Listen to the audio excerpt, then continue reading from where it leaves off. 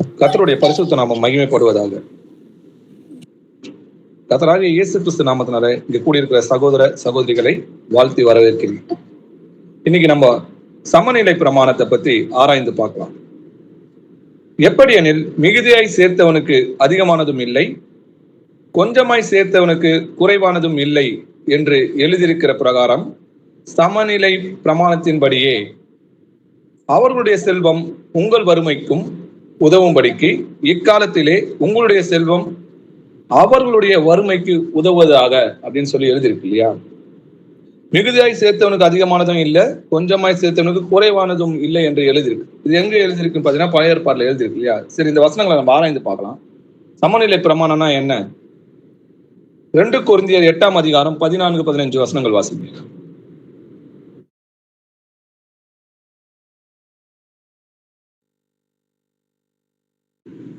எப்படி எனில், மிகுதியாய் சேர்த்தவனுக்கு அதிகமானதும் இல்லை, கொஞ்சமாய் சேர்த்தவனுக்கு குறைவானதும் இல்லை என்று எழுதியிருக்கிற பிரகாரம் சமநிலை பிரமாணத்தின்படியே அவர்களுடைய செல்வம் உங்கள் வறுமைக்கு உதவும்படிக்கு இக்காலத்திலே உங்களுடைய செல்வம் அவர்களுடைய வறுமைக்கு உதவுவதாக.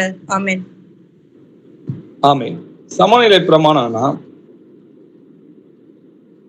நமக்கு இருக்கிறது எல்லாத்தையும் கொடுத்துட்டு நம்ம ஒண்ணுமே இல்லாம இருக்கணும்னு சொல்லி ஆண்டவர் சொல்லவே இல்லை.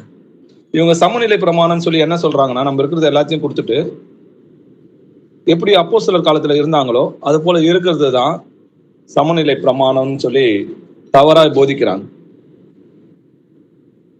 சமநிலை பிரமாணத்தின்படி அவர்களுடைய செல்வம் உங்கள் வறுமைக்கும் உதவும்படிக்கு இக்காலத்திலே உங்களுடைய செல்வம் அவர்களுடைய வறுமைக்கு உதவுவதாக. அப்போ சமநிலை பிரமாணத்தின்படி அவர்களுடைய செல்வம் என்னன்னு பாத்தீங்கன்னா, தரித்திரருக்கு என்ன செல்வம் இருக்குதுன்னு நீங்க பாத்தீங்கன்னா, யாக்கோப்பு 2ஆம் அதிகாரம் 5வது வசனத்துல, என் பிரியமான சகோதரரை கேளுங்கள், தேவன் உலகத்தின் தரித்திரரை விசுவாசத்தில் ஐஸ்வர்யமுள்ளவராகவும். அப்போ விசுவாசத்துல அவங்க ஐஸ்வர்யம் உள்ளவராக இருக்கிறாங்கன்னு சொல்லி யாக்கோப்பு 2ஆம் அதிகாரம் 5வது வசனம் எழுதியிருக்கு. அதே போல இக்காலத்துல இருக்கிற உங்களுடைய செல்வம், இந்த அழிந்து போகிற செல்வம் அவங்களோட வறுமைக்கு உதவும்படியாக சமநிலை பிரமாணத்தின்படி இருங்க. அப்போ விசுவாசமும் பகிர்ந்தளிக்கப்படுகுதுன்றத பாக்குறோம் இங்க. அப்ப சமநிலை பிரமாணம்னா என்னன்னா, எனக்கு இது போதும், எனக்கு தேவையான ஆண்டவர் கொடுத்திருக்கிறது இது போதும், மீதி இருக்கிறத நம்ம ஏழை எளியவங்களுக்கும் திக்கற்ற பிள்ளைகளுக்கும் கொடுக்கணும். இது எங்க எழுதியிருக்குன்னு பாத்தீங்கன்னா, பழைய ஏற்பாட்டுல யாத்திரையாகமம் 16ஆம் அதிகாரம் 16-18 வசனங்கள் வாசிக்கலாம்.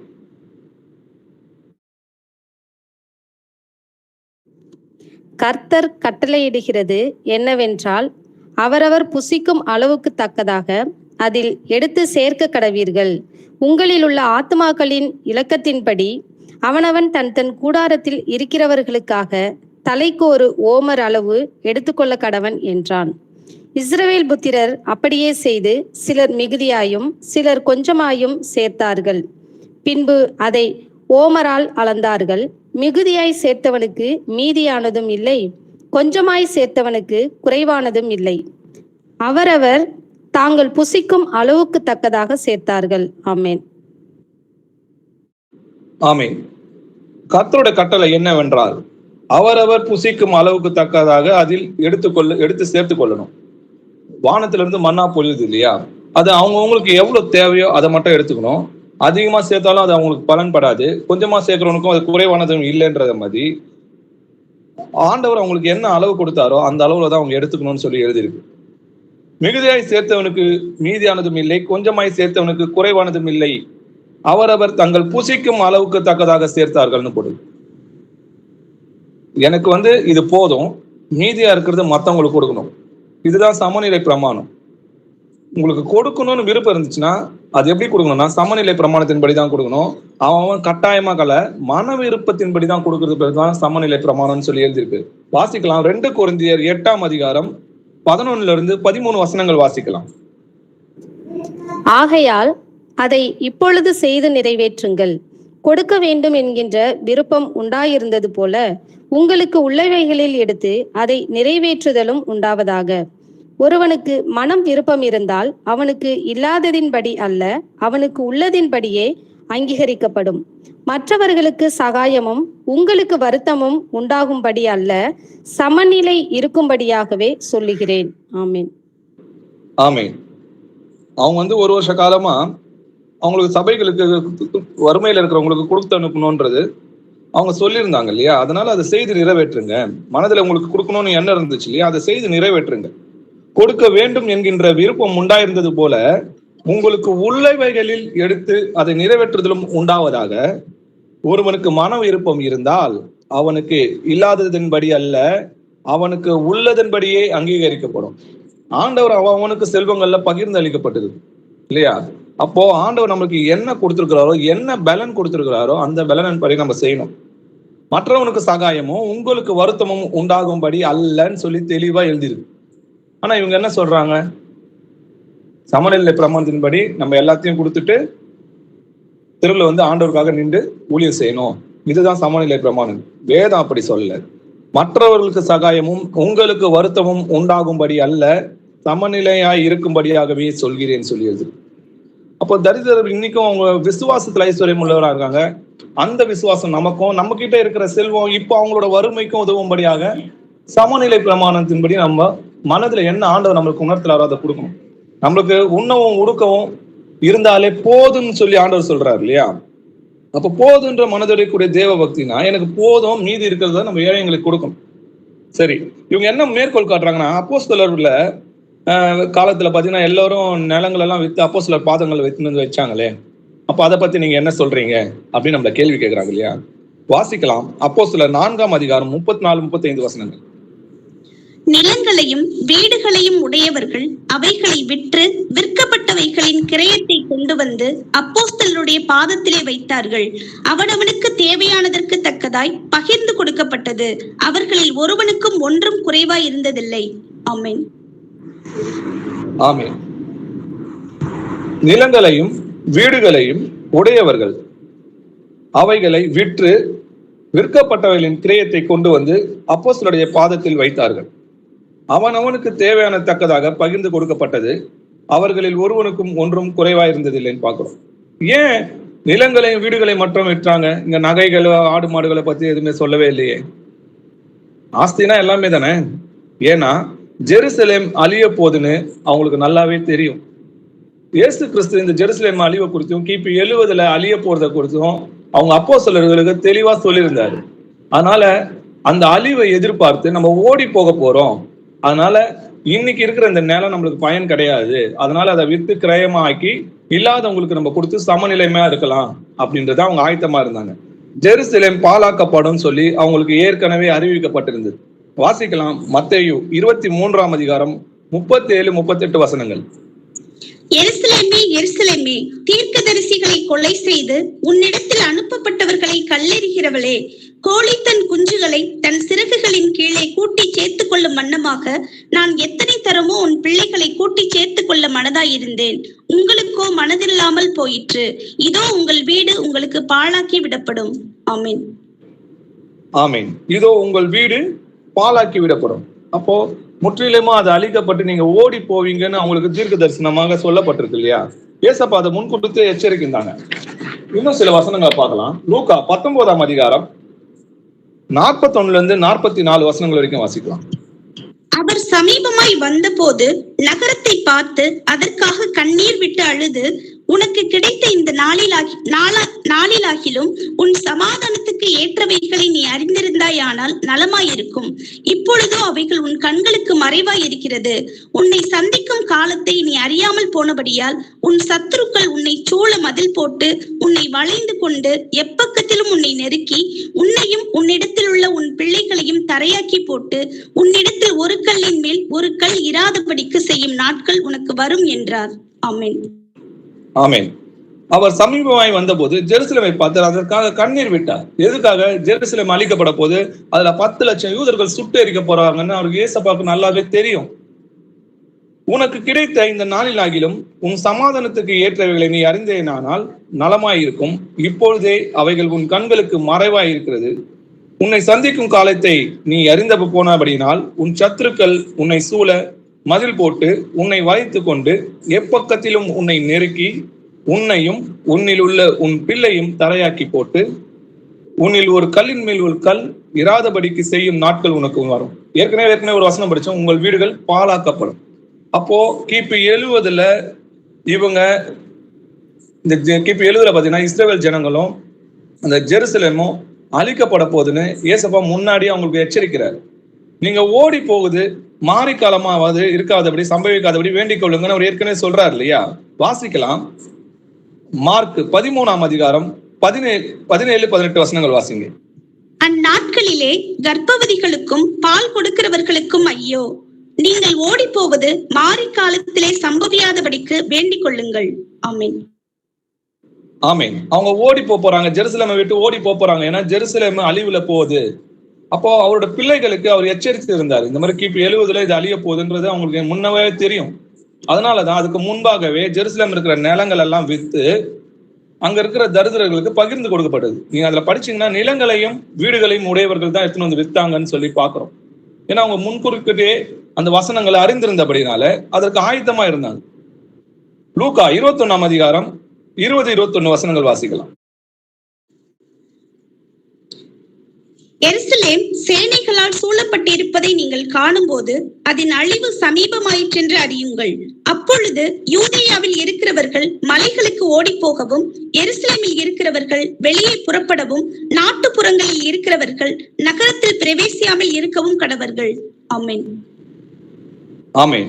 ஜெருசலேம் சேனையால் சூழப்பட்டிருப்பதை நீங்கள் காணும் போது அதன் அழிவு சமீபமாயிற்று என்று அறியுங்கள் சொல்லி ஏசப்பா அவரோட சீஷர்களுக்கு முன்னாடியே தெரிவித்திருக்கிறார். அப்போது நீங்க யூதாவில் இருக்கிறவங்க என்ன பண்ணணுமா? மலைக்கு ஓடி போகணும். ஜெருசலேம் இருக்கிறவங்க வெளியே புறப்படணும். நாட்டுப்புறங்களில் இருக்கிறவங்க நகரத்துக்குள் பிரவேசியாமல் இருக்க கடங்க. ஏன்னா ஜெருசலேம் அழிய போது, அதுல இருக்கிற ஜனங்களும் அழிவாங்கன்னு முன்கூட்டியே கர்த்தர் அவர்களை எச்சரித்திருந்தபடியாலே அதற்கு ஆயத்தமா இருந்து அந்த நிலங்களையும் வீடுகளையும் உடையவர்கள் என்ன பண்ணாங்கன்னா அதை விட்டு கிரேத்து கொண்டு வந்து அப்போஸ்தலர் பாதத்துல வைக்கிறாங்க. அவனவனுக்கு தேவையானதுக்கு தக்கதாக பகிர்ந்தளிக்கப்பட்டது. அவர்களில் ஒருவனுக்கும் ஒன்றும் குறைவா இருந்தது இல்லைன்றதை பார்க்கணும். அவங்க ஆயத்தமா இருந்தாங்க அந்த காலகட்டத்தில். அதே போலதான் நம்மளும் ஆயத்தமா இருக்கும். ஆனா சமநிலை பிரமாணம்ன்றது என்னன்னா, ஒருவனுக்கு மன விருப்பம் இருந்தால் அவனுக்கு இல்லாததின்படி அல்ல, அவனுக்கு உள்ளதின்படியே அங்கீகரிக்கப்படும். மற்றவனுக்கு சகாயமும் உங்களுக்கும் வருத்தமும் உண்டாகும்படி அல்ல, சமநிலை பிரமாணத்தின்படியாகவேன்னு சொல்லி எழுதிருக்கு. அப்போ உங்களுக்கு வருத்தமோ மற்றவனுக்கு சஞ்சலமாவும் அல்ல, அவங்களுக்கு சஞ்சலமோ உங்களுக்கு வருத்தமாவும் இருக்கிறபடி அல்ல, சமநிலை பிரமாணம்ன்றது நம்மளுக்கு போதும் என்றது இருக்குது இல்லையா? ஆண்டவர் நம்மளுக்கு கொடுத்துருக்குதுல, இது போதும் இது போதும் அப்படின்னு நம்ம நினைக்கிறோம்னா இனிமே இருக்கிற இது அதிகமா இருக்கிறது எல்லாத்தையும் நம்ம என்ன பண்ணணும்? ஏழை எளியவங்களுக்கும் திக்கற்ற பிள்ளைகளுக்கும் கர்த்தர் ஒருவருக்கும் நம்ம எவ்வளவா அந்த காலம் சமீபமா இருக்குதோ அவ்வளவா நம்ம அவங்களுக்கு செய்ய வேண்டியதா இருக்கு. தன் மனதில் நியமித்தபடியே கொடுக்க கடவன். 2 கொரிந்தியர் 9ஆம் அதிகாரம் 7வது வசனம் வாசிங்க. அவனவன் விசனமாயும் அல்ல கட்டாயமாயும் அல்ல, தன் மனதில் நியமித்தபடியே கொடுக்க கடவன். உற்சாகமாய் கொடுக்கிறவனிடத்தில் தேவன் பிரியமாய் இருக்கிறார். ஆமென். ஆமென். உற்சாகமாய் கொடுக்கிறவரிடத்தில் தேவன் பிரியமா இருக்கிறான்னு காணிக்க தசம பாகம் நம்ம நினைக்க கூடாது. அதுல ஏழை பரிசுத்தவான்களுக்குன்னு போட்டிருக்குது. அவனவன் விசனமாயும் அல்ல கட்டாயம் அல்ல. ஐயோ, வேத வசனத்துல எழுதி இருக்குது ஏழைங்களுக்கு கொடுக்கணும், அதனால அப்படி நினைச்சு ஆண்டவர் சொல்லிட்டாரேன்னு சொல்லி நம்ம கொடுக்க கூடாது. உன்னிடத்தில் அன்பு கூறுவது போலே பிறனிடத்தில் அன்பு கூறுவாயாக. நான் நல்லா இருக்கேன், என் சகோதரனும் நல்லா இருக்கணும், அவன் குறைவா இருக்கிறான், அவனோட குறைவை நம்ம நிறைவாக்கணும் அப்படின்னு சொல்லி அன்பின் நிமித்து நம்ம செய்யணும். தன் மனதில் நியமித்தபடியே கொடுக்க கடவுள். நமக்கு ஆவியானவர் நமக்கு இதயத்துல என்ன சொல்றாரோ அதை கொடுக்கணும். அதுவும் மனப்பூர்வமா சந்தோஷமா கொடுக்கணும்னு சொல்லிதான் ஆண்டவர் சொல்றாரு. போதுன்ற மனதோடைய கூடிய தேவ பக்தியை மிகுந்த ஆதாயம். உலகத்தில் நாம் ஒன்றும் கொண்டு வந்ததும் இல்லை, அதிலிருந்து நாம் ஒன்றும் கொண்டு போவதும் இல்லை என்பது நிச்சயம். உண்ணவும் உடுக்கவும் நமக்கு உண்டாயிருந்தால் அது போதும் என்று இருக்க கடவுள் சொல்லி எழுதிருக்கு. அதுல வீடு வாசல்னு எதுவுமே இல்லை. நல்லா பாத்தீங்கன்னா உண்ணவும் உடுக்கவும் இருந்தாலே போதும்ன்றாரு. அப்போ எனக்கு இது போதும், இது அதிகப்படியா என்கிட்ட இருக்குதுன்னு எங்க ஆவியானவர் உங்களுக்கு உணர்த்தினாருன்னா அது நிச்சயமா அது ஏழை எளியவங்களுக்கு திக்கற்ற பிள்ளைகளுக்கு கொடுங்க. அப்படி கொடுக்கும்போது அதை 100 நம்ம திரும்பவும் பெற்றுக்கொள்வோம் நம்முடைய கர்த்தராகிய இயேசு கிறிஸ்து வரும்போது. போதும் என்ற மனதோடைய கூடிய தேவ பக்தியை மிகுந்த ஆதாயம். சரி, தேவ பக்தினா என்ன? போதுன்ற மனன்றது உண்ணவும் உடுத்தவும் இருந்தாலே போதும். தேவ பக்தினா என்ன? யாக்கோபு 1ஆம் அதிகாரம் 27வது வசனம் வாசிங்க. திக்கற்ற பிள்ளைகளும் விதவைகளும் படுகிற உபத்திரவத்திலே அவர்களை விசாரிக்கிறதும் உலகத்தால் கரைபடாதபடிக்கு தன்னை காத்துக் கொள்ளுகிறதுமே பிதாவாகிய தேவனுக்கு முன்பாக மாசில்லாத சுத்தமான பக்தியா இருக்கிறது. ஆமென். ஆமென். திக்கற்ற பிள்ளைகளுக்கும் விதவைகளுக்கும் படுகிற உபத்திரவத்திலே அவர்களை விசாரிக்கிறதுனா என்னது? அவங்க என்ன துன்பப்படுறாங்க, கஷ்டப்படுறாங்கன்னு சொல்லி விசாரிச்சு அவங்களுக்கு தேவையானதை நம்ம செய்யணும். உலகத்தால் கரைப்படாதபடிக்கு நம்மை காத்துக் கொள்வதுமே பிதாவாகிய தேவனுக்கு முன்பாக மாசில்லாத சுத்தமான பக்தியாயிருக்கு. அப்போ நம்ம அப்போ தீமோத்தேயுல 6ஆம் அதிகாரம் 6வது வசனம் படிக்கும்போது, போதுன்ற மனதோட கூடிய எனக்கு இது போதும், கொடுத்தது ஆண்டவர் கொடுத்ததுக்கு ஸ்தோத்திரம், கர்த்தர் நல்லவர், எனக்கு இது போதும், மீதி இருக்கிறது நம்ம என்ன பண்ணணுமா, திக்கற்ற பிள்ளைகளுக்கும் விதவைகளுக்கும் படுகிற உபத்திரத்திலே அவர்களை விசாரிக்கிறதும் மிகுந்த ஆதாயம் சொல்லி எழுதி. அப்போ போதுன்ற மனதோடைய மீதி இருக்கிற நம்மளுக்கு அதிகப்படியாக ஆண்டவர் கொடுக்கப்பட்டிருக்கிற செல்வத்தை இக்காலத்துல அவர்களுடைய வறுமைக்கு உதவும்படியாகவும் அவர்களுடைய விசுவாசம் நமக்குள் பெருகும்படியாகவும் சமநிலை பிரமாணத்தின்படி சந்தோஷமாக கொடுக்க கடவுள். ஆஸ்திகளை எல்லாத்தையும் கொடுத்துட்டு தெருவில் நிக்கணும்னு சொல்லி ஆண்டவர் எங்கேயுமே எப்பவும் சொல்லவே இல்லை. இந்த ஆஸ்திகளால கர்த்தருக்கு ஊழியம் செய்தார்கள்னு சொல்லி எழுதியிருக்கு. அப்போ ஆஸ்தி இருந்ததுனால தான் அவங்க கர்த்தருக்கு ஊழியம் செய்தாங்க. ஆண்டவர் அவங்களுக்கு ஒரு பலனை கொடுத்திருக்கிறாரு. அந்த பலத்தின்படியே நம்ம உற்சாகமா அவருக்கு ஊழியம் செய்யணும். லூக்கா 8ஆம் அதிகாரம் 3வது வசனம். ஏரோதின் காரியக்காரனான கூசாவின் மனைவியாகிய யோவன்னாலும் சூசன்னாலும் தங்கள் ஆஸ்திகளால் அவருக்கு ஊழியம் செய்து கொண்டு வந்த மற்ற அநேகம் ஸ்திரீகளும் அவருடனே இருந்தார்கள். ஆமென். ஆமென். அப்ப ஏசப்பா ஊழியம் செய்யும் போது பாத்தீங்கன்னா, சுவிசேஷம் அறிவிக்கும் போது பாத்தீங்கன்னா, வசதி படைத்தவங்க தங்கள் ஆஸ்திகளால் அவருக்கு ஊழியம் செஞ்சு கொண்டு வந்தாங்கன்றது எழுதப்பட்டிருக்கு. அப்போ ஆஸ்தி இருக்கிறவங்க இல்லாதப்பட்டவங்களுக்கு கொடுக்கணும், அந்த ஊழியத்துக்கு தேவையான செய்யறதும் ஆண்டவருக்கு பிரியமான காரியமா இருக்குதே தவிர எல்லாத்தையும் கொடுத்துட்டு வருத்தத்தோட நீங்க கஷ்டப்படணும்னு ஆண்டவர் எங்கேயுமே சொல்லல. ரோமர் 12ஆம் அதிகாரம் 7-8 வசனங்கள் வாசிக்கலாம். ஊழியம் செய்கிறவன் ஊழியத்திலும், போதிக்கிறவன் போதிக்கிறதிலும், புத்தி சொல்லுகிறதிலும் தரித்திருக்க கடவன். பகிர்ந்து கொடுக்கிறவன் வஞ்சனை இல்லாமல் கொடுக்க கடவன். முதலாளியானவன் ஜாக்கிரதையா இருக்க கடவன். இரக்கம் செய்கிறவன் உற்சாகத்துடனே செய்ய கடவன். ஆமென். ஆமென். ஊழியம் செய்கிறவன் ஊழியத்திலும், போதிக்கிறவன் போதிக்கிறதிலும், புத்தி சொல்லுகிறதிலும் தரித்திருக்க கடவன். பகிர்ந்து கொடுக்கிறவன் வஞ்சனை இல்லாமல் கொடுக்க கடவன். அப்போ தனக்கு இருக்கிறத பகிர்ந்து கொடுக்கணும்னா அவன் அதிகப்படியாக இருந்திருக்கணும் இல்லையா? அவன் ஆஸ்தி உள்ளவனா இருக்கணும். அவன் அவனுக்கு என்ன பண்ணா, தனக்கு இருக்கிறது போதும், மீதி இருக்குது இதை கர்த்தருக்காகவும் கர்த்தரோட பிள்ளைகளுக்காகவும் நம்ம அதை பகிர்ந்து கொடுக்கறதுக்காக எப்போதும் ஆயத்தமா இருக்கணும். முதலாளி ஆனவன் சொல்லி எழுதியிருக்கு. அப்போ முதலாளி ஆனவன் ஆஸ்தி உடையவனா தானே இருக்கணும். அவன் ஜாக்கிரதையா இருக்க கடணும். எதுக்கு? ஏழை எளியவங்களுக்கும் திக்கற்ற கொடுக்கறதுக்கு எப்போதும் அவன் ஜாக்கிரதையா இருக்கணும். இரக்கம் செய்கிறவன் உற்சாகத்தோட செய்ய கடவன் சொல்லி எழுதி. அப்போ நம்ம இரக்கத்தை சந்தோஷமா செய்வோம். ஏன்னா இரக்கம் உள்ளவர்கள் இரக்கத்தை பெறுவார்கள் சொல்லி எழுதியிருக்கு. 1 பேதுரு 4ஆம் அதிகாரம் 10-11 வசனங்கள் வாசிக்கலாம்.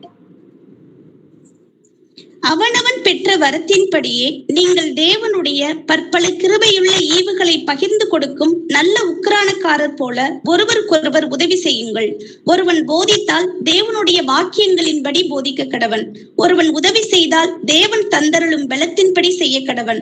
எல்லாவற்றிலேயும் இயேசு கிறிஸ்து மூலமாய் தேவன் மகிமைப்படும்படியே செய்வீர்களாக. அவருக்கே மகிமையும் வல்லமையும் சதா காலங்களிலும் உண்டாயிருப்பதாக. ஆமென். இந்த வசனத்தை நல்லா கவனிச்சு பாருங்க. அவன் பெற்ற வரத்தின்படியே நீங்களும் தேவனுடைய பற்பல கிருபையுள்ள ஈவுகளை பகிர்ந்து கொடுக்கும் நல்ல உக்கிரக்காரனை போல ஒருவருக்கு ஒருவர் உதவி செய்யுங்கள். நம்ம ஏற்கனவே படிச்சோம் இல்லையா? ஊழியம் செய்கிறவன் ஊழியத்திலும், போதிக்கிற வரங்கள் ஆண்டவர் கொடுத்தா அதை போதிக்கிறதுலையும், புத்தி சொல்றதுக்கான ஒரு வசனம் கொடுத்திருந்தாருன்னா அதன்படி புத்தி சொல்கிறதுலையும், ஆண்டவர் நமக்கு என்ன கொடுத்தாரோ அந்த படி அந்த ஈவுகளின்படி பகிர்ந்து கொடுக்கும் நல்ல உக்கிரக்காரரை போல ஒருவருக்கு ஒருவர் உதவி செய்யுங்கள். ஒருவன் போதித்தால் தேவனுடைய வாக்கியங்களின்படியும் போதிக்க கடவன். ஒருவன் உதவி செய்தால் தேவன் தந்தருளும் பலத்தின்படியே செய்ய கடவன். அதனால அவங்க 10,000 ரூபாய் கொடுத்துட்டாங்க, ஆனால் நானும் 10,000 ரூபாய் கொடுக்கணும் அப்படின்னு நம்ம நினைக்கூடாது. நமக்கு ஆண்டவர் என்ன பலனை கொடுத்தாரு? எல்லோருடைய சம்பளமும் ஒண்ணு கிடையாது இல்லையா? இப்ப 10,000 ரூபாய் சம்பளம் வாங்குறவங்க ஏழைகளுக்கு 1000 ரூபாய் செலவு பண்றாங்கன்னா, நான் 1,00,000 ரூபாய் வாங்கி அதே 1000 ரூபாய் நான் செலவு பண்ணேன்னா கர்த்தர் நிச்சயமா கேட்பார். அது என்ன நானே வஞ்சிக்கிறனா இருக்கு. இந்த ஏழை காணிக்கையில அந்த காணிக்கை பெட்டில அந்த ஏழை விதைவை தான் அதிகமா போட்டான்னு சொல்றாரு இல்லையா? அவங்களாவது இருக்கிறதுல எடுத்து சந்தோஷமா கொடுத்தாங்க, உள்ளதுல இருந்து எடுத்து கொடுத்தாங்க. அப்போ ஆண்டவர் இருதயத்தை தான் பார்ப்பாரு, நீ எவ்வளவு கொடுக்குறன்றது பார்க்க மாட்டாரு. எந்த எண்ணத்துல எப்படி நீ கொடுக்குற அப்படின்ற உன்னோட இருதயத்தை தான் ஆண்டவர் பார்ப்பாரே தவிர எவ்வளவு கொடுக்குறன்றதை பார்க்க மாட்டாரு. அதனாலதான் உற்சாகமாய் கொடுக்கிற இடத்தில் தேவன் பிரியமாய் இருக்கிறார். ஒருவன் உதவி செய்தால் தேவன் தந்தருளும் பலத்தின்படியே செய்ய கடவன் சொல்லி எழுதியிருக்கு. எதை செய்தாலும் அதை கர்த்தராகிய இயேசு கிறிஸ்து நாம மகிமைப்படும்படியாக செய்யணும்.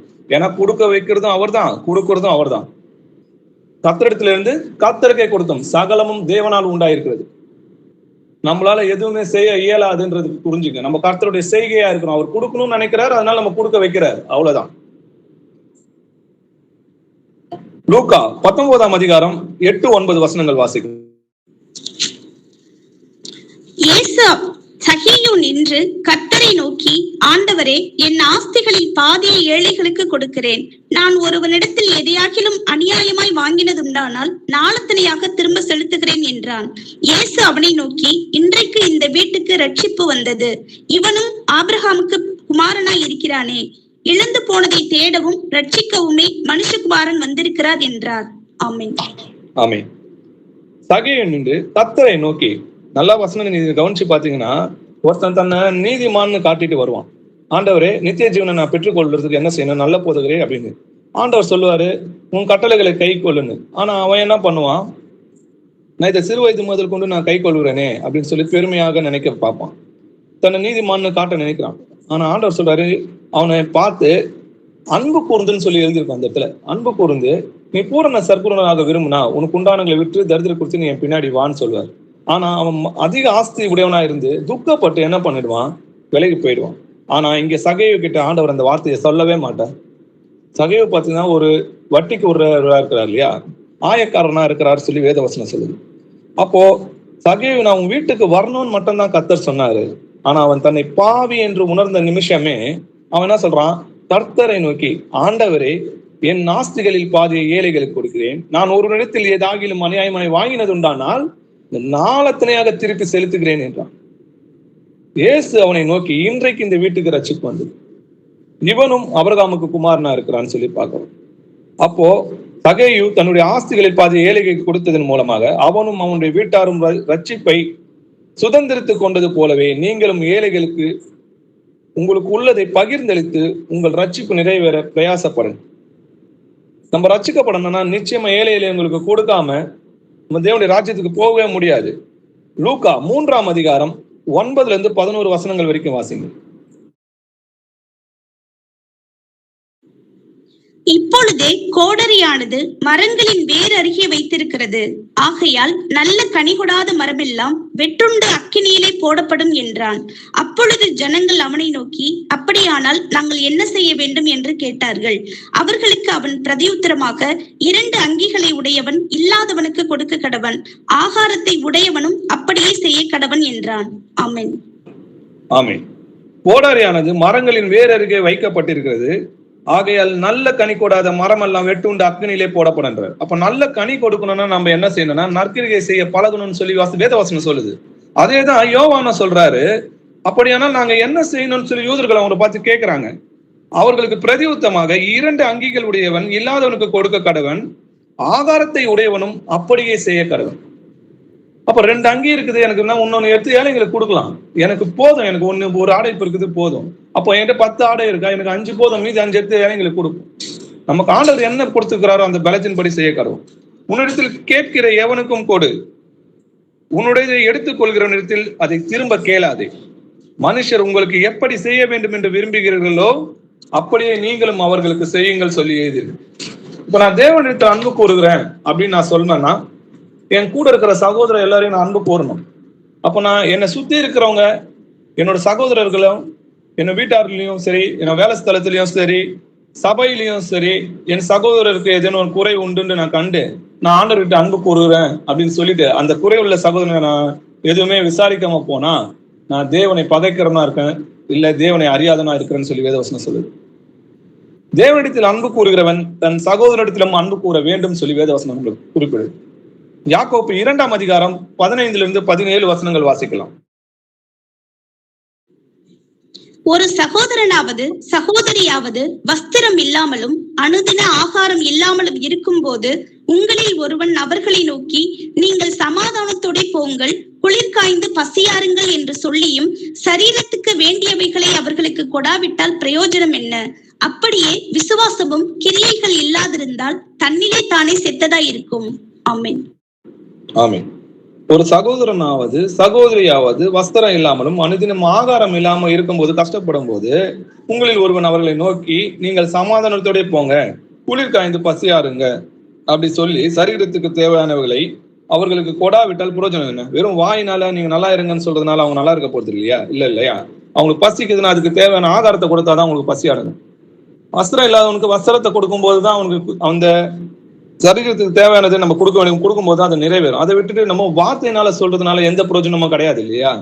அப்போ கிரியினாலும் நம்ம அன்பு கூறணும். அவங்களுக்கு என்ன தேவையோ அதை கொடுத்துட்டு தான் அந்த வார்த்தையை நம்ம சொல்லணும். அப்பதான் அந்த கிரியினால நம்ம அன்பு கூற கடவுள்னு சொல்லி எழுதியிருக்கு. நான் தேவனோட அன்பு கூறுகிறேன்னு சொன்னா அது கிரியை இல்லாம நான் அன்பு கூற முடியாது.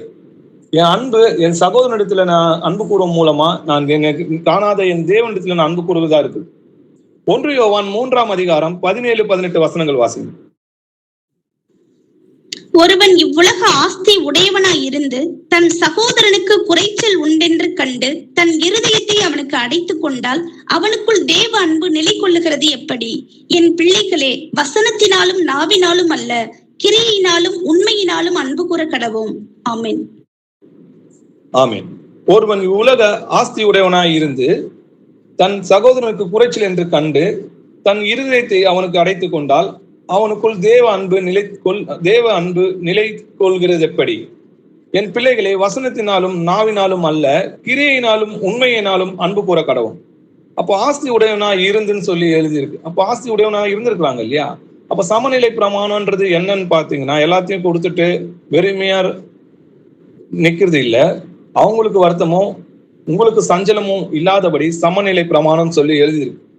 அப்போ ஆஸ்தி உடையவனா இருந்து தன் சகோதரனுக்கு குறைச்சல் என்று கண்டு தன் இருதயத்தை அடைத்துக் கொண்டால் அவனுக்குள் தேவ அன்பு நிலைக்கிறது எப்படி? என் பிள்ளைகளே, வசனத்தினாலும் நாவினாலும் அல்ல, கிரியையினாலும் உண்மையினாலும் அன்பு கூடும். அவனை நான் அன்பு கூறுறேன் அப்படின்னு சொன்னா கொஞ்சம் பேசுறது இல்லை ஒரு மாதிரி அவங்கள சிநேகிக்கிறேன்னு சொல்லி பாசமா பேசுறது இல்லை. அவங்களோட கஷ்டத்துல அவங்களுக்கு உதவுவதுதான் அன்பை தவிர வெறும் வார்த்தையினால் அன்பு கூறக்கூடாது, கிரியையினாலும் அன்பு கூற வேண்டும் என்று வேதவசனம் நம்மளுக்கு குறிப்பிடுகிறது. 1 யோவான் 4ஆம் அதிகாரம் 20-21 வசனங்கள் வாசிக்கலாம். கூறுகிறேன் என்று ஒருவன் சொல்லியும் தன் சகோதரனை பகைத்தால் அவன் பொய்யன். தான் கண்ட சகோதரனிடத்தில் அன்பு கூறாமல் இருக்கிறவன் தான் காணாத தேவனிடத்தில் எப்படி அன்பு கூறுவான்? தேவனிடத்தில் அன்பு கூறுகிறவன் தன் சகோதரனிடத்திலும் அன்பு கூற வேண்டும் என்கிற இந்த கற்பனையை அவராலே பெற்றிருக்கிறோம். ஆமென். தேவனிடத்தில் அன்பு கூறுகிறேன் என்று ஒருவன் சொல்லியும் தன் சகோதரனை பகைத்தால் அவன் பொய்யன் சொல்லி எழுதியது. தன் கண்ட சகோதரனிடத்தில் அன்பு கூறாது இருக்கிறவன் தான் காணாத தேவனிடத்தில் எப்படி அன்பு கூறுவான்? தேவனிடத்தில் அன்பு கூறுகிறவன் தன் சகோதரிடத்திலும் அன்பு கூற வேண்டும் என்கின்ற இந்த கற்பனை அவராலே பெற்றிருக்கிறோமே. தேவனிடத்தில் அன்பு கூறுகிறேன் என்று ஒருத்தர் சொன்னானா முதல்ல போய் அவன் சகோதரன் முதலாவது அன்பு கூற வேண்டும். அவன் சகோதரனை நேசிக்கணும். அவங்களோட சகோதரனை நேசிக்கிறதுனா என்னன்னா, அவங்களுக்கு கஷ்டப்படுறாங்கன்னா அவங்க தேவைகளை நம்ம சந்திக்கணும். அவங்க வழி தப்பி போறாங்களா அவங்களுக்கு புத்திமதி சொல்லணும். அவங்களுக்கு இப்போ ஒருத்தவங்க தேவனை அறியாம இருக்கலாம், அவங்களுக்கு தேவனை பத்தி சொல்லணும். அவங்களை எப்படியாவது ஆதாயப்படுத்தணும். இதெல்லாம் அன்பு. அவங்க குறைச்சல்ல உதவுவது மட்டும் கிடையாது, ஆத்மா ரட்சிப்பை அவங்களுக்கு உண்டாக்குறது அன்பு தான். உங்கள் சத்துருக்களை சிநேகியுங்கள், நன்மை செய்யுங்கள், கைமாறு கருதாமல் கடன் கொடுங்கள், அப்பொழுது உங்கள் பலன் மிகுதியாய் இருக்கும், உன்னதமானவருக்கு நீங்கள் பிள்ளைகளாய் இருப்பீர்கள். அவர் நன்றி அறிதர்களுக்கும் துரோகிகளுக்கும் நன்மை செய்கிறாரே. ஆகையால் உங்கள் பிதா இரக்கமுள்ளவராய் இருக்கிறது போல நீங்களும் இரக்கமுள்ளவராய் இருங்கள் சொல்லி எழுதியிருக்கு. அப்போ நம்முடைய கர்த்தராகிய இயேசு கிறிஸ்து எப்படி இரக்கமுள்ளவராய் இருந்தாரோ அதே போல நாமும் இரக்கமுள்ளவராய் இருக்கும். எப்படின்னு பாருங்க, அதுக்கான ஒரு ஓமையை சொல்றாரு. லூக்கா 10ஆம் அதிகாரம் 30-37 வசனங்கள் வாசிக்கலாம். இயேசு பிரதியுத்தரமாக, ஒரு மனுஷன் எருசலேமிலிருந்து எரிகோவுக்கு போகையில் கள்ளர் கையில் அகப்பட்டான். அவர்கள் அவன் வஸ்திரங்களை உரிந்து கொண்டு அவனை காயப்படுத்தி குற்றுயிராக விட்டு போனார்கள். அப்பொழுது தற்செயலாய் ஒரு ஆசாரியன் அந்த வழியே வந்து அவனை கண்டு பக்கமாய் விலகி போனான். அந்தபடியே ஒரு லேவியனும் அந்த இடத்துக்கு வந்து அவனை கண்டு பக்கமாய் விலகி போனான். பின்பு சமாரியன் ஒருவன் பிரயாணமாய் வருகையில் அவனை கண்டு மனதுருகி, கிட்ட வந்து அவனுடைய காயங்களில் எண்ணெயும் திராட்சரசமும் வார்த்து காயங்களை கட்டி அவனை தன் சுய வாகனத்தின் மேல் ஏற்றி சத்திரத்துக்கு கொண்டு போய் அவனை பராமரித்தான். மறுநாளிலே தான் புறப்படும் போது 2 பணத்தை எடுத்து சத்திரத்தான் கையில் கொடுத்து, நீ இவனை விசாரித்துக் கொள், அதிகமா ஏதாகிலும் இவனுக்காக செலவழிந்தால் நான் திரும்பி வரும்போது அதை உனக்கு தருவேன் என்றான். இப்படி இருக்க கள்ளர் கையில் அகப்பட்டவனுக்கு இந்த 3 பேரில் எவன் பிறனாய் இருந்தான்? உனக்கு எப்படி தோன்றுகிறது என்றார். அதற்கு அவன், அவனுக்கு இரக்கம் செய்தவனே என்றான். அப்பொழுது இயேசு அவனை நோக்கி, நீயும் போய் அந்தபடியே செய் என்றார். ஆமென். ஆமென். இந்த ஓமைகளை பாத்தீங்கன்னா, ஒரு மனுஷன் ஜெருசலேமிலிருந்து எரிகோக்கு போகையில் கள்ளர் கையில் அகப்பட்டான். அவர்கள் அவன் வஸ்திரங்களை உரிந்து கொண்டு அவனை காயப்படுத்தி குற்றூராக விற்று போனார்கள். அப்போது தற்செயலாக ஒரு ஆசாரி அந்த வழியா வந்திருக்கிறான்றத பாக்குறான். அவன் என்ன பண்றான்? அவனை பார்த்துட்டு அவனுக்கு உதவி செய்யாம பக்க வழியா விலகி போனான்றத நம்ம பாக்குறோம். அந்தபடியே ஒரு லேவியனும் அந்த இடத்துக்கு வந்திருக்கிறான். அவனும் கண்டு பக்க விலமாய் பார்த்துட்டு கண்டுக்காத மாதிரி விலகி போறாங்க இல்லையா? இந்த ஆசாரியனும் லேவியனும் யாருன்னா கர்த்தருக்கு ஊழியம் செய்யறதுக்காகவே அங்கீகரிக்கப்பட்டவங்க. அப்படிப்பட்டவங்க வேத வசனங்களை அவங்க கையில தான் தேடுவாங்க இல்லையா? ஆசாரியன் கையில தான் வேத வசனங்களை தேடுவாங்க. அப்படிப்பட்டவங்க வேத வசனங்களை அறிந்திருந்தும் அதோட நீதி என்னது என்று ஏழைங்களுக்கு திக்கற்ற பிள்ளைகளுக்கும் உதவுறதுதான் நீதின்றது அவங்களுக்கு நல்லாவே தெரியும். அப்படி தெரிந்திருந்தோம் அப்படி செய்யல. ஆனா பின்பு சமாரியன் ஒருவன் பிரேமமாய் வருகையில், சமாரியன்னா யாருன்னா வேத வசனங்களை அறியாத புறஜாதிக்காரனா இருக்கிறான் இல்லையா? அவனை கண்டு மனதுருகி கிட்ட வந்து அவனுடைய காயங்களில் எண்ணெய் திராட்சரசத்தையும் பார்த்து காயங்களை கட்டி அவனை தன் சுய வாகனத்தின் மேல் ஏற்றி சத்திரத்துக்கு கொண்டு போய் அவனை பராமரித்தான். மறுநாளிலே தானே அவன் புறப்பட்டு போகும்போது 2 பணத்தை எடுத்து சத்திரக்காரன் கையில கொடுத்து, நீ இவனை விசாரித்துக் கொள், அதிகமா ஏதாகிலும் இவனுக்கு செலவழிந்தால் நான் திரும்பி வரும்போது அதை உங்களுக்கு தருவேன் என்றான்.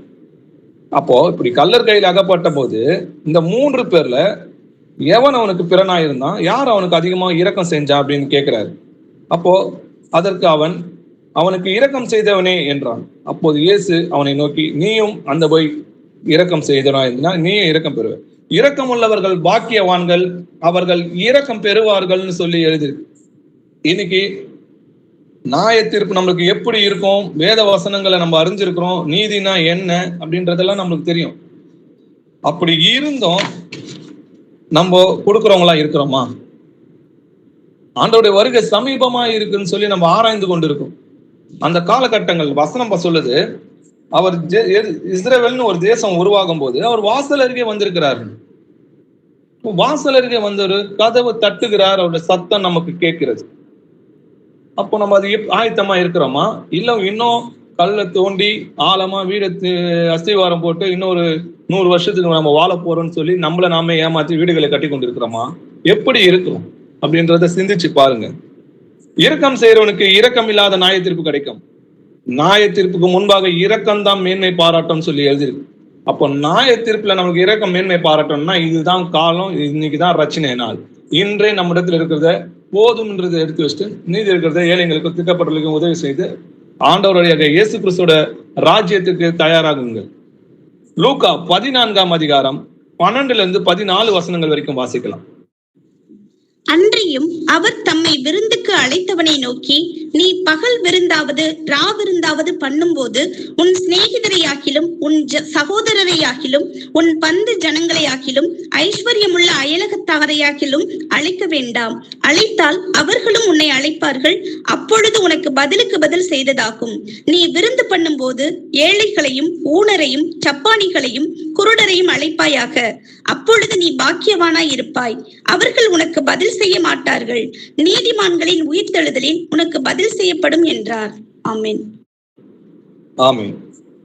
நம்ம ஏதாவது விருந்து பண்றோம்னா அப்போ விருந்துக்கு என்ன பண்ணணும்னா, நம்ம சிநேகிதரையாவது நம்ம சகோதரனையாவது நம்மளோட பந்து ஜனங்களையும் ஐஸ்வர்யமானையும் அயலானையும் அழைத்தோன்னா அவங்களாம் என்ன பண்ணுவாங்க? பதிலுக்கு நம்மளுக்கு பதில் செஞ்சிருவாங்க. அதனால நம்மளுக்கு எந்த பலனும் கிடையாது. இதே நம்ம விருந்து பண்ணும்போது ஏழைகளையும் ஊனரையும் சப்பானிகளையும் குருடரையும் அழைப்பாயாக. ஏன்னா அவங்களுக்கு பதில் செய்ய மாட்டாங்க. நீ பாக்கியவானா இருப்பாயின்னு சொல்லி எழுதிருக்கு. ஏன்னா அவர்கள் உனக்கு பதில் செய்ய மாட்டாங்க. நீதிமான்களில் உயிர்த்தெழுதலில் உனக்கு பதில் செய்யப்படும். யார் செய்வான்னு கேட்டீங்கன்னா கர்த்தரே நமக்கு செய்வார். கர்த்தரே நமக்கு அதை செய்வார். நம்ம ஏழைங்களுக்கு கொடுக்கறது கர்த்தருக்கு கொடுக்கறதுக்கு சமம்னு சொல்லி எழுதியிருக்கு இல்லையா? இன்னொரு உவமையும் பார்க்கலாம். நீங்கள் மரிக்கும் போது உங்களை பரலோக ராஜ்யத்தில் ஏற்றுக்கொள்ள அநீதியான உலக பொருட்களை கொண்டு சிநேகிதர்களை சம்பாதிங்கன்னு சொல்லி ஒரு உவமையில சொல்றாரு. வாசிக்கலாம்.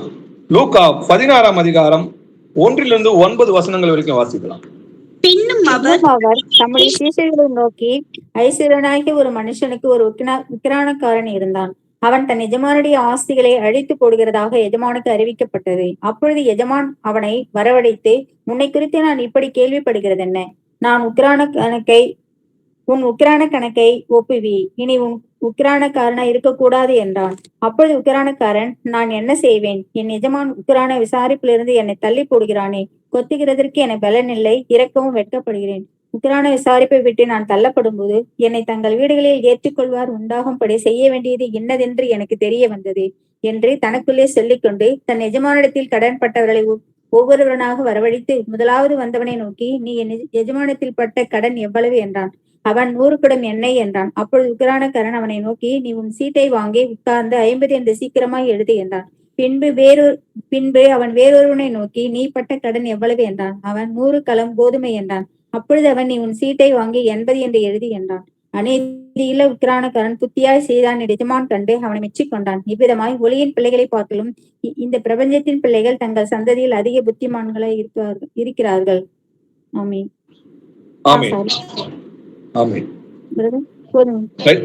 போதும். ஐஸ்வர்யம் ஆகிய ஒரு மனுஷனுக்கு ஒரு உக்கிரக்காரன் இருந்தான் இல்லையா? அப்போ அந்த எஜமான் அவங்க கணக்கு கேட்கும் போது அவர் என்ன பண்றாரு? அவர் வெளியே துறைச்சிட்டா, நான் பிச்சை எடுக்கிறதுக்கு எனக்கு வெக்கமா இருக்குது, உழைக்கிறதுக்கும் உடம்புல பலன் இல்லை. அப்ப எஜமான் நம்மள வெளியே துரத்துனா நித்தியமான வீடுகள்ல ஏற்றுக்கொள்ளார் உண்டாகும்படி எனக்கு என்ன செய்யணும்னு தெரிய வந்ததுன்னு சொல்லி அவன் புத்திமானா நடந்தான் இல்லையா? இன்னைக்குதான் அதே காலகட்டத்துல தான் நம்ம இருக்கிறோம்.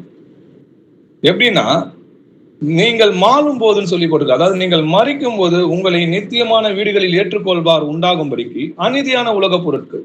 இன்னைக்கு நம்ம சம்பாதிக்கிற எல்லா பணமும் ஒரு விதத்துல எல்லாமே அநீதியான உலக பொருளா தான் இருக்குது இல்லையா?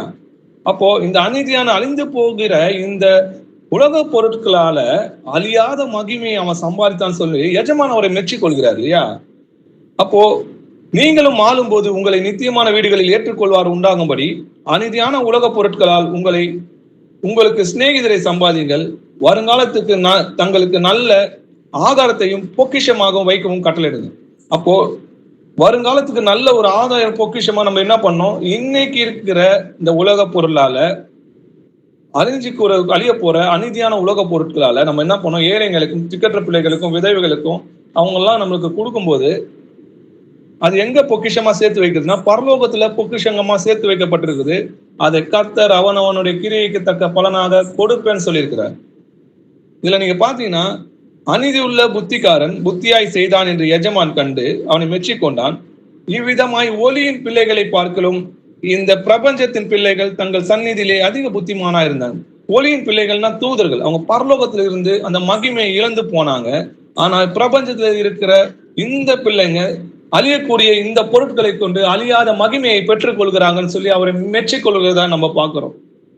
நன்மை செய்யவும் நற்கிரியையில் ஐஸ்வர்யங்களாகவும் தாராளமாய் கொடுக்கிறவர்களும் உதாரண குணம் உள்ளவர்களாகவும் நித்திய ஜீவனை பற்றி கொள்ளும்படி வருங்காலத்திற்காக தங்களுக்கு நல்ல ஆதாரத்தை பொக்கிஷமாக வைக்கவும் அவர்களுக்கு கட்டளையிடுன்னு சொல்லி எழுதியிருக்கு.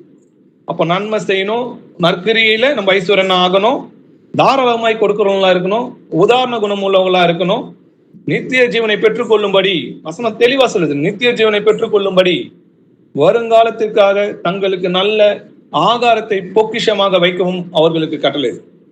ஆவியின் கனிகள்ல நம்ம வளரணும்னாலும் முதல்ல நற்கிரியை செய்ய பழகணும். அப்படி பழகினாதான் நம்ம நித்திய ஜீவனை பெற்றுக்கொள்ள முடியும். பொக்கிஷத்தை பரலோகத்துல சம்பாதித்து வைக்க பாருங்க. மத்தேயு 13ஆம் அதிகாரம் 44 46 வசனங்கள் வாசிக்கலாம். அன்றியும் பரலோக ராஜ்யம் நிலத்தில் புதைத்திருக்கிற பொக்கிஷத்துக்கு ஒப்பாயிருக்கிறது. அதை ஒரு மனுஷன் கண்டு மறைத்து அதை பற்றிய சந்தோஷத்தினாலே போய் தனக்கு உண்டான எல்லாவற்றையும் விற்று அந்த நிலத்தை கொள்ளுகிறான். மேலும் பரலோக ராஜ்யம் நல்ல முத்துக்களை தேடுகிற வியாபாரிக்கு ஒப்பாயிருக்கிறது. அவன் விலை உயர்ந்த ஒரு முத்தை கண்டு போய் தனக்கு உண்டான எல்லாவற்றையும் விற்று அதை கொள்ளுகிறான். அன்றியும் போதும். பரலோக ராஜ்யம் நிலத்தில் புதைத்திருக்கிற பொக்கிஷங்களுக்கு ஒப்பாயிருக்கிறது. அதை ஒரு மனுஷன் கண்டு மறைத்து அதை பற்றி சந்தோஷத்தினால் போய் தனக்கு உண்டான எல்லாவற்றையும் விற்று அந்த நிலத்தை கொள்கிறான். இதுல சந்தோஷம்னு சொல்லி ஒரு வசனம் இருக்குது, வார்த்தை இருக்குது இல்லையா? அப்போ பரலோக ஒரு நிலத்துல பாத்தீங்கன்னா ஒரு பொக்கிஷம் இருக்குதுன்னா நீங்க என்ன பண்ணுவீங்க? அந்த நிலம் 10 லட்சம்னா கூட அது 20 லட்சமான குத்து கூட நீங்க வாங்குவீங்களா? ஏன்னா அதுக்குள்ள பொக்கிஷம் இருக்குது. அந்த நிலத்தை நம்ம அடைஞ்சிட்டுனா அந்த பொக்கிஷம் நம்மளுக்கு சொந்தமாயிடும் இல்லையா? அதே போலதான் இன்னைக்கு இருக்கிற உலக பொருட்களை, அநீதியான உலக பொருட்களை நம்ம அதை கொடுத்து ஏழைகளுக்கும் திக்கற்ற பிள்ளைகளுக்கும் விதவைகளுக்கும் நம்ம உதவுமானால் பரலோகத்தில் நித்திய ஜீவன் என்ற ஒரு பொக்கிஷம் அது இருக்குதுன்ற சந்தோஷத்தினால இந்த விசுவாசத்தோட தைரியத்தோட அதை செய்யுங்க. ஏன்னா கர்த்தர் அதை வரும்போது அவனுடைய கிரியைக்கு தக்கதான பலனை நம்மளுக்கு கொடுப்பார். அதே போலதான் பரலோக ராஜ்யத்துல நல்ல முத்துக்களை விதைக்கிற ஒரு வியாபாரிக்கு ஒப்பா இருக்கிறது.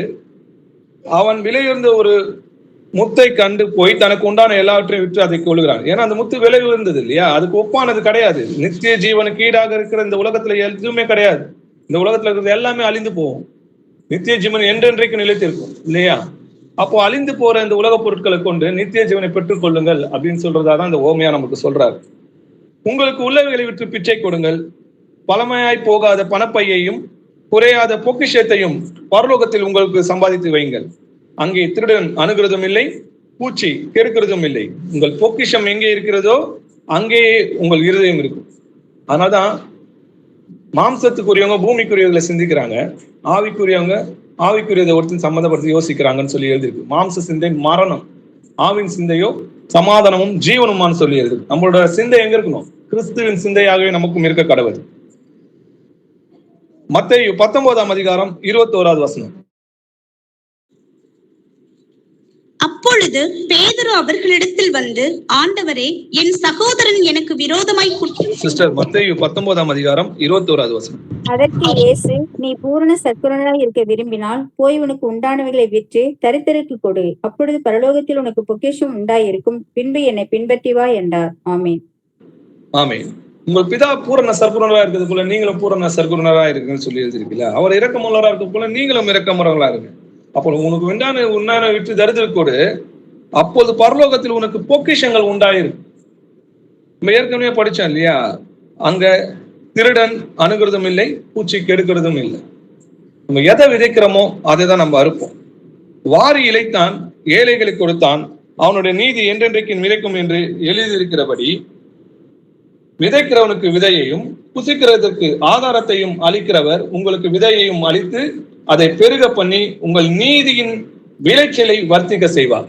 அப்ப ஏழைங்களுக்கு கொடுக்கிறது தான் நீதின்னு சொல்லி எழுதியிருக்கு. அந்த நீதியின் விளைச்சலை நம்மளுக்கு வர்த்திக்க பண்ணுவார். எதை விதைக்கிறோமோ அதை 100 நம்ம பெற்றுக்கொள்ள போறோம். எபிரேயர் 10ஆம் அதிகாரம் 34 36 வசனங்கள் வரைக்கும் வாசிக்கிறோம்.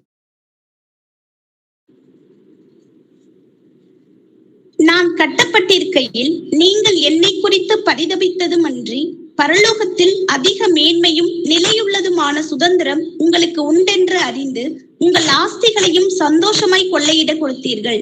ஆகையால் மிகுந்த பலனுக்கு ஏதுவான உங்கள் தைரியத்தை விட்டு விடாதிருங்கள். ஆமென். ஆமென். நான் கட்டப்பட்டிருக்கையில் நீங்கள் என்னை குறித்து பரிதபித்ததும் அன்றி பரலோகத்தில் அதிக மேன்மையும் நிலையுள்ளதுமான சுதந்திரம் உங்களுக்கு உண்டென்று அறிந்து உங்கள் ஆஸ்திகளை சந்தோஷமாக கொள்ளையடிக்க கொடுத்தாங்க. அவங்க ஆஸ்தி எப்படி கொள்ளையடிக்க கொடுத்தாங்கன்னு சொல்லியிருக்கு, சந்தோஷமாய் கொள்ளையடிக்க கொடுத்தீர்களே, ஆகையால் மிகுந்த பலனுக்கு ஏதுவான உங்கள் தைரியத்தை விட்டு விடாதீங்க. அதனாலதான் பேதுருல பாத்தீங்கன்னா விசுவாசத்தோட தைரியத்தை அப்படின்னு சொல்லி எழுதியிருக்கு. நீங்கள் தேவனுடைய சித்தத்தின்படி செய்து வாக்குத்தத்தம் பண்ணப்பட்டதை பெரும்படியாக பொறுமை உங்களுக்கு வேண்டியதா இருக்கு. நிச்சயமா கர்த்தர் என்ன பண்ணுவார்? அந்த வாக்குத்தத்தத்தை நமக்கு நிறைவேற்றுவார். அதனால கொடுக்கிறவங்க உற்சாகமாய் கொடுக்க கடவுள்னு சொல்லி எழுதியிருக்கு. நம்ம எல்லா காரியங்களிலும் பெருகுது போல இந்த தர்ம காரியங்களும் நம்ம பெருக வேண்டும். 2 கொரிந்தியர் 8ஆம் அதிகாரம் 7வது வசனம். அல்லாமலும் விசுவாசத்திலும் போதிப்பிலும் அறிவிலும் எல்லாவித ஜாக்கிரதையிலும் எங்கள் மேலுள்ள உங்கள் அன்பிலும் மற்ற எல்லா காரியங்களிலும் நீங்கள் பெருகி இருக்கிறது போல இந்த தர்ம காரியத்திலும் பெருக வேண்டும். ஆமென். ஆமென். விசுவாசத்திலும் போதிப்பிலும் அறிவிலும் எல்லாவித ஜாக்கிரதையிலும் எங்கள் மேல் உள்ள உங்கள் அன்பிலும் மற்ற எல்லா காரியங்களிலும் நீங்கள் பெருகி வருகிறது போல இந்த தர்ம காரியத்திலும் நம்ம என்ன பண்ணுமா பெருக வேண்டும் சொல்லி எழுதியிருக்கு. பரிசுத்தவான்களுக்கு செய்ய வேண்டிய தர்ம சகாயத்தை குறித்து நான் உங்களுக்கு அதிகமா எழுத வேண்டியது இல்லைன்னு பவுல் சொல்றாரு. 2 கொரிந்தியர் 9ஆம் அதிகாரம் 5-6 வசனங்கள் வாசிக்கலாம். ஆகையால் வாக்குத்தத்தம் பண்ணப்பட்டிருக்கிற உங்கள் தான தர்மமானது லோபத்தனமாய் கொடுக்கப்பட்டதாய் இராமல் உதாரத்துமாய் கொடுக்கப்பட்டதாய் இருக்கும்படியாக அதை ஆயத்தப்படுத்துகிறதற்கு சகோதரரை ஏவி உங்களிடத்தில் முன்னதாக அனுப்புவது எனக்கு அவசியம் என்று காணப்பட்டது. பின்னும் நான் சொல்லுகிறது என்னவெனில், சிறுக விதைக்கிறவன் சிறுக அறுப்பான், பெருக விதைக்கிறவன் பெருக அறுப்பான். ஆமீன். ஆமீன். வாக்குத்தத்தம் பண்ணப்பட்டிருக்கிற உங்கள் தான தர்மமானது நம்ம கொடுக்கிறோம்னு சொல்லி வாக்குத்தத்தம் பண்ணியிருக்கிறோம் இல்லையா? லோபத்தனையாய் கொடுக்க தராம இராம எப்படி இருக்கணுமா உற்சாகமாய் கொடுக்கப்பட்டதா இருக்கும்படியாக அதை ஆயத்தப்படுத்துறதுக்கு சகோதரை ஏவி உங்களிடத்தில் முன்னதாக அனுப்புவது அவர்களுக்கு அவசியம் என்று காணப்பட்டது. அப்போ அவங்களுக்கு கொடுக்கணும்னு மன விருப்பம் இருந்தது. அதை அவங்க கொடுக்கறதுக்கு ஆவியானவர் ஏவினதுபடியே அவங்கள ஆட்களை அனுப்பி என்ன பண்றாங்க, இல்லாதவங்களுக்கு எடுத்துட்டு போய் அவங்க சொன்ன மற்ற சபைகள்ல கொடுத்திருக்கிறத நம்ம பார்க்கிறோம். பின்னும் நான் சொல்கிறது என்னவெனில், சிறுக விதைக்கிறவன் சிறுக அறுப்பான், பெருக விதைக்கிறவன் பெருக அறுப்பான்னு சொல்லி எழுதியிருக்கு. அப்போ சபையில அந்த காலத்துல பாத்தீங்கன்னா கஷ்டப்படுற இன்னொரு சகோதர சகோதரிகளுக்கு மற்ற சபையில இருந்து கொடுத்து அனுப்பப்பட்டு இருக்குது. இதெல்லாம் நம்மளுக்கு எதுக்காக எழுதப்பட்டிருக்குது? நம்மளுக்கு திஷ்டாந்தமாகவும் நம்மளுக்கு இதை கடைபிடிக்கணும்னு சொல்லிதான் புத்திமதியாக நமக்கு எழுதப்பட்டிருக்கு. 2 கொரிந்தியர் 9ஆம் அதிகாரம் 11-14 வசனங்கள் வரைக்கும் வாசி. தேவனுக்கு எங்களால் ஸ்தோத்திரம் உண்டாவதற்கு ஏதுவாய் இருக்கும் மிகுந்த உதாரண குணத்தில் நீங்கள் எவ்விதத்திலும் சம்பூர்ணம் உள்ளவர்களாவீர்கள். இந்த தர்ம சகாயமாகிய பணிவிடை பரிசுத்தவான்களுடைய குறைவுகளை நீக்குகிறதும் அல்லாமல் அநேகர் தேவனை ஸ்தோத்தரிப்பதனால் சம்பூர்ண பலனுள்ளதாயும் இருக்கும். அவர்கள் இந்த தர்ம சகாயத்தினால் ஆகிய நன்மையை அனுபவித்து நீங்கள் கிறிஸ்துவின் சுவிசேஷத்தை கீழ்ப்படிதலோடு அறிக்கையிட்டிருக்கிறது நிமித்தமும் தங்களுக்கும் மற்ற அனைவருக்கும் நீங்கள் உதாரத்துவமாய் தர்மம் செய்கிறது நிமித்தமும் அவர்கள் தேவனை மகிமைப்படுத்தி உங்களுக்காக வேண்டுதல் செய்து தேவன் உங்களுக்கு அளித்த மிகவும் விசேஷித்த கிருபை நிமித்தம் உங்கள் மேல் வாஞ்சியா இருக்கிறார்கள். ஆமீன். ஆமீன். தேவனுக்கு எங்களால் ஸ்தோத்திரம் உண்டாவதற்கு ஏதுவா இருக்கும் இல்லையா? எப்படி ஏதுவா இருக்கும்? இன்னைக்கு பாத்தீங்கன்னா ஒரு வீட்டுல ஒருவங்களுக்கு குறைச்சல் உண்டு, இல்ல ஏதோ ஒரு பண தேவையோ இல்ல ஆகார தேவையோ இல்ல வேற ஏதாவது உலக தேவையோ இருக்கும்போது அவங்க என்ன பண்ணுவாங்க, இல்லாதப்பட்டவங்க ஆண்டவரை நோக்கி ஜெபம் பண்ணி இருப்பாங்க. சபா இந்த தேவை எங்களுக்கு இருக்கு, இதை நிறைவேற்றுங்க அப்படின்னு சொல்லி இருப்பாங்க. அப்போ நம்ம அதை அவங்களுக்கு கொடுக்கும் போது என்ன பண்ணுவாங்கன்னா தேவனை மகிமைப்படுத்துவாங்க. நம்மளால அவங்க தேவனை மகிமைப்படுத்துறாங்க. ஏன்னா கர்த்தர் அவங்க நோக்கி ஜெபம் பண்றாங்க, கர்த்தர் நம்ம இருதயங்களை பேசி அதை கொடுக்க சொல்றாரு. நம்ம கர்த்தருடைய செய்கையாய் இருக்கிறோம். மிகுந்த உதாரணத்திலே நீங்கள் எவ்விதத்திலும் சம்பூர்ணம் உள்ளவர்களாய் இருக்கிறீர்கள். இந்த தர்ம சகாயமாகிய பணிவிடையை பரிசுத்தவான்களுடைய குறைவுகளை நீக்கிறதும் அல்லாமல் அவங்களுடைய குறைகளை நீக்கிறது மட்டும் கிடையாது, அநேகர் தேவனை ஸ்தோத்தரிப்பதனாலே சம்பூர்ணம் உள்ளதாயும் இருக்கும். அவர்கள் இந்த தர்ம சகாயத்தினாகிய நன்மையை அனுபவித்து நீங்கள் கிறிஸ்துவின் சுவிசேஷத்தை கீழ்ப்படிதலோடு அறிக்கை பண்ணப்பட்டிருக்கிறது நிமித்தம் தங்களுக்கு மற்ற அனைவருக்கும் நீங்கள் உதாரத்துவமாய் தர்மம் செய்கிறது நிமித்தமும் அவங்க யாரை மகிமைப்படுத்துவாங்களாம்? அவர்கள் தேவனை மகிமைப்படுத்தி உங்களுக்காக வேண்டுதல் செய்து தேவன் உங்களுக்கு அளித்த மிகுந்த விசேஷித்த கிருபை நிமித்தம் உங்கள் மேல் வாஞ்சையா இருப்பாங்க. அப்போ நம்ம பூமிக்கு விளக்காய் இருக்கிறோம். அந்த விளக்கு அவங்களுக்கு முன்னாடி பிரகாசிக்க கடவுது. அந்த விளக்கு பிரகாசிக்கும் போது அவங்க என்ன பண்ணுவாங்க, தேவனை மகிமைப்படுத்துவாங்க. அப்போ நம்மளுடைய நற்கிரிகை அவங்களுக்கு முன்பாக இருக்கணும். அவங்களோட தேவைகளை பூர்த்தி செய்யறது மட்டும் இல்ல, அந்த பூர்த்தி செஞ்ச பிறகு அவங்க யாரை ஸ்தோத்தரிப்பாங்க? யார்கிட்ட அவங்க போய் வேண்டி இருந்தாங்க? கர்த்தர்கிட்ட வேண்டி இருக்கும்போது கர்த்தர் அவங்க குறைச்சலை நீக்கிறதால அவங்க தேவனை நோக்கி ஸ்தோத்தரிப்பாங்க. அது நமக்கு ஆண்டவருடைய கிரியையில பெரிய கிரிகையா இருக்குது. நம்ம எதை செய்தாலும் தேவன் இயேசு கிறிஸ்து நாம மகிழ்ப்படும்படியாக செய்யுங்கன்னு சொல்லி அதனாலதான் எழுதியிருக்கு.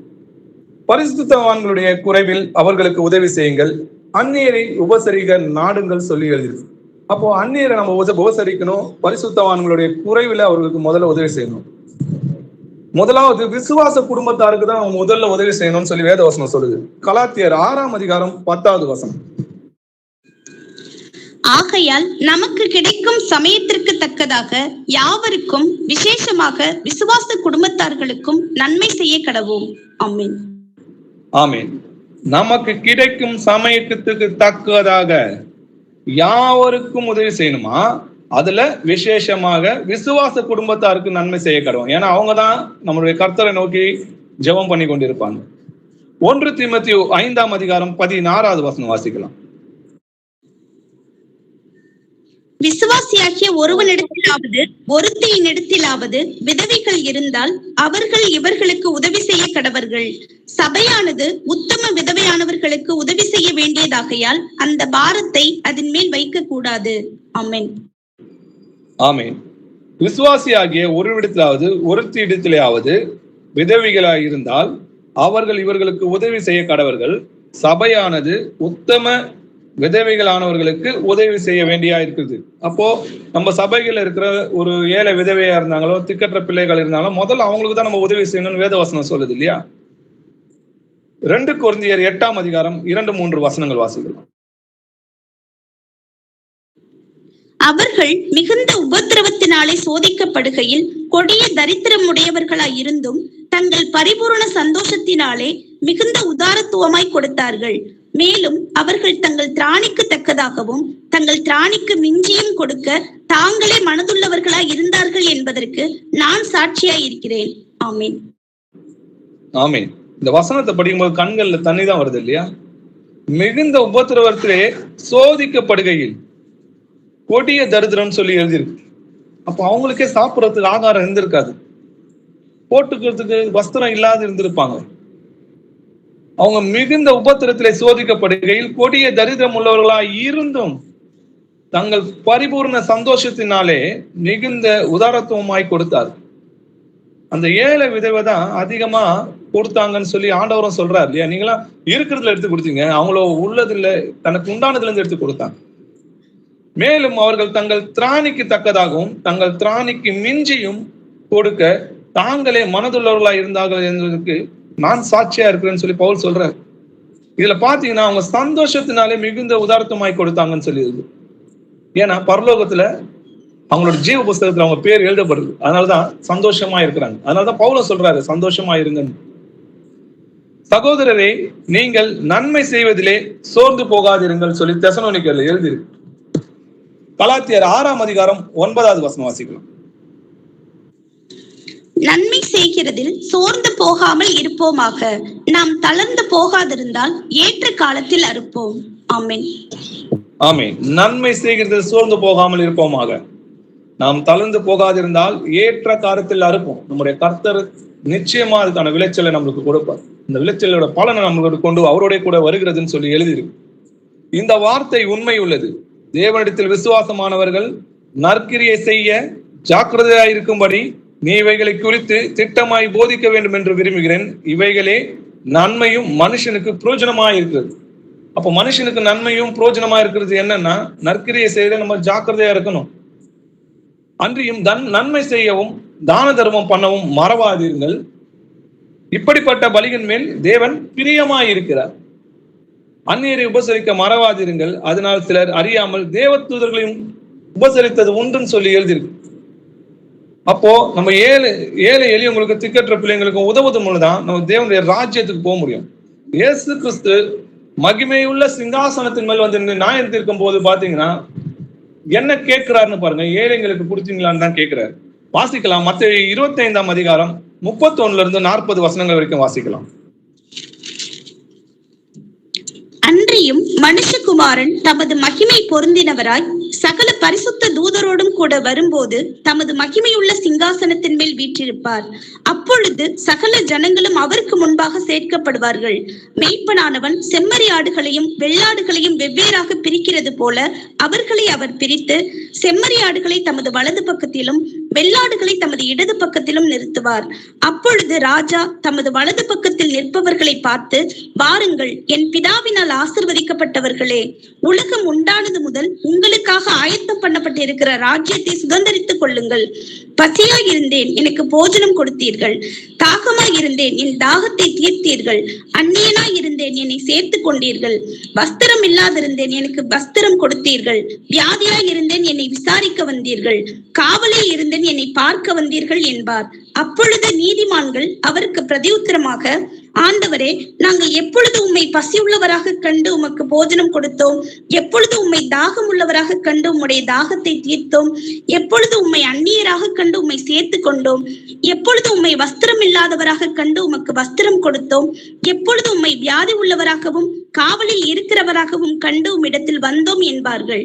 அதற்கு ராஜா பிரதியுத்தரமாக, மிகவும் சிறியவராகிய என் சகோதரரான இவர்களில் ஒருவனுக்கு நீங்கள் எதை செய்தீர்களோ அதை எனக்கே செய்தீர்கள் என்று மெய்யாகவே உங்களுக்கு சொல்லுகிறேன் என்பார்.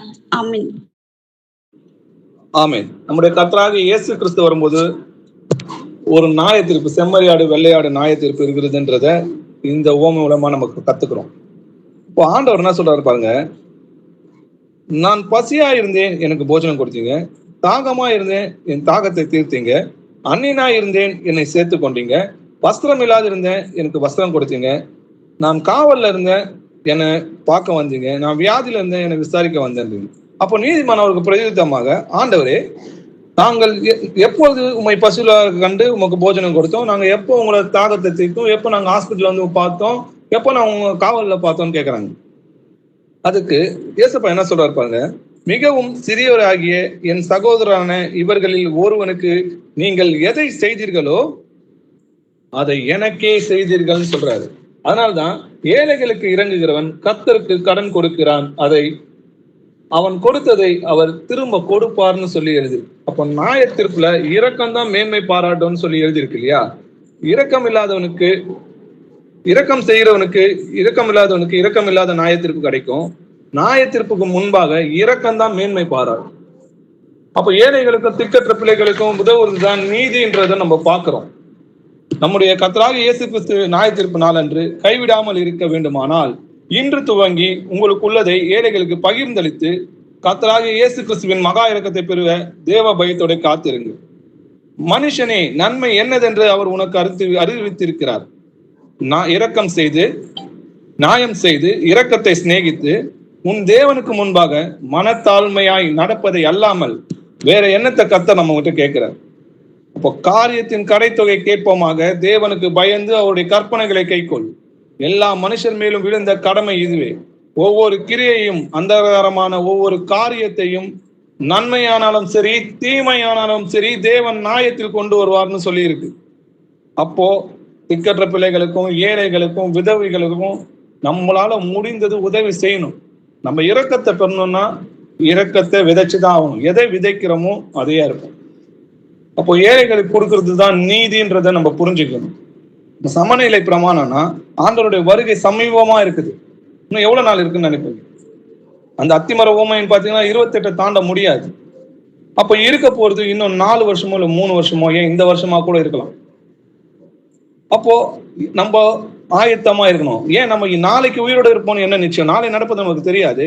அப்போ நம்மளோட வாழ்நாள்கள் இன்னையோட முடியறதா கூட இருக்கலாம் இல்லையா? அப்போ இன்னைக்கே ரட்சணை நாள். இன்றே நம்ம என்ன பண்ணோம்? இந்த 3-4 வருஷத்துக்கு நம்ம தேவைக்கு என்னவோ அதை வச்சுக்கிட்டு மீதி இருக்கிறத ஏழைங்களுக்கும் திக்கற்ற பிள்ளைகளுக்கும் விதவைகளுக்கும் கொடுத்து கர்த்தருடைய ராஜ்யத்துக்கு நம்ம ஆயத்தமா இருக்கணும். அவருக்காக காத்து கொண்டிருக்கிறவங்களுக்கு தான் ரட்சிப்பை அருளும்படி 2ஆம் தரம் தரிசனம் ஆவார்னு சொல்லி எழுது.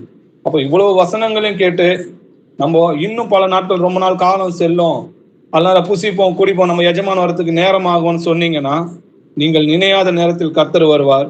அப்போ அழுகையும் பற்கடிப்பும் உண்டாக்குற இடத்துல நம்மளை தள்ளுவார். இதே உடனே திறக்கும்படி கதவை திறக்கிற ஊழியக்காரனா நீங்க இருந்தீங்கன்னா அவர் உங்களுக்கு போஜனத்தை பகிர்ந்தளிப்பார்னு சொல்லி இருக்கு. அப்போ நம்மளுக்கு நித்திய ஜீவனை கொடுத்து அவரோட ராஜ்யத்தில் நம்மளை பங்குள்ளவனா இருப்பார். அப்போ உண்மையுள்ள ஊழியக்காரனா இருக்கணுமா, பொல்லாத ஊழியக்காரனா நம்ம இருக்கணுமான்றதை இன்னைக்கு நீங்களே சிந்தித்து பாருங்க. கர்த்தர் நமக்காக ஜீவனை கொடுத்திருக்கிறார். அவருக்கு நம்ம எதனா செய்யணும்னா அவருடைய கற்பனைகளை கை கொள்வதை தவிர வேற எதுவுமே நம்ம இடத்துல அன்பு கூற முடியாது. வானமும் அவர் தான், பூமியும் அவர் தான், சகலமும் அவர் தான். நம்ம கிட்ட அனுபவிக்கிறது எல்லாமே கர்த்தர் கொடுத்தது.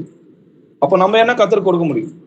அவருடைய கட்டளைகளுக்கு கீழ்ப்படிந்து ஏழைகளுக்கும் திக்கற்ற பிள்ளைகளுக்கும் விதவைகளுக்கும் கொடுத்து வேத வசனங்களை ஆராய்ந்து பார்த்து ஆவின் கனிகள்ல தேவனுக்கு பிரியமாய் நடந்து அவருடைய ராஜ்யத்தில் பங்கு கொள்வதாக உங்களை நீங்களே தகுதிப்படுத்தி, அதற்கு முழுவதும் நம்மளை தகுதிப்படுத்த நம்ம முற்றிலுமா என்ன பண்ணா, ஆண்டவர்கிட்ட நம்மளை முற்றிலுமா ஒப்பு கொடுக்கணும். அப்பா, உம்மை துதிக்கிறோம், உம்மை போற்றுகிறோம். நீ நல்லவர், வல்லவர், இரக்கம் உள்ளவர், நீதி உள்ளவர், கிருபை உள்ளவர், உண்மை உள்ளவர், பரிசுத்தம் உள்ளவர், நீதி உள்ளவரா இருக்கிற கர்த்தாவே. அப்பா, நீங்க பரிசுத்தலா இருக்கிறது போல நாங்களும் பரிசுத்தமாக எங்கள் ஆவி, ஆத்மா, சரீரம் முழுவதும் உங்க பாதங்களை ஒப்பு கொடுக்குறோம்ப்பா.